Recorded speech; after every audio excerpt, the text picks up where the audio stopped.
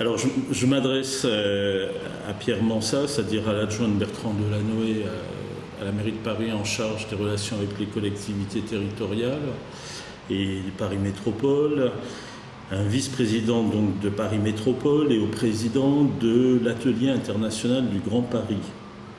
Comment on gère tout ça? On se débrouille, on essaie de se débrouiller pour arriver à faire rentrer toutes ces responsabilités dans un agenda bien chargé, mais je ne me plaindrai pas de cette situation puisque j'y vois la traduction d'une évolution positive. C'est-à-dire que ça fait 10 ans qu'on essaie de faire bouger les lignes au sein de cette métropole. Je pense que ces lignes ont bougé de façon très importante, donc il faut s'investir. Pourquoi avoir accepté la présidence de l'AIGP? Je me souvenais de la dernière interview où tu étais très vent debout contre les orientations données à l'EHPAD par le gouvernement et Sarkozy surtout. Qu'est-ce qui fait la différence dans l'approche là? Tout d'abord,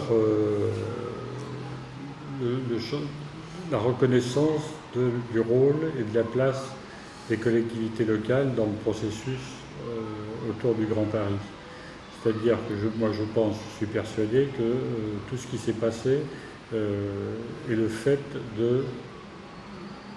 des collectivités locales, de Paris bien sûr, mais pas seulement, d'une bande, je dirais, de collectivités locales qui se sont dit qu'il fallait faire bouger les choses.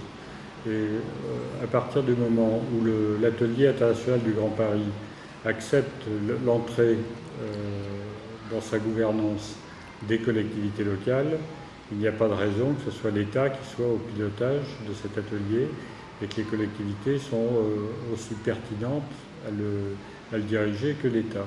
Donc c'est ce qui s'est passé. Les collectivités sont rentrées dans la gouvernance de l'AIGP, de l'atelier international, et donc on s'est mis d'accord entre État et collectivités sur une candidature, et c'était la mienne.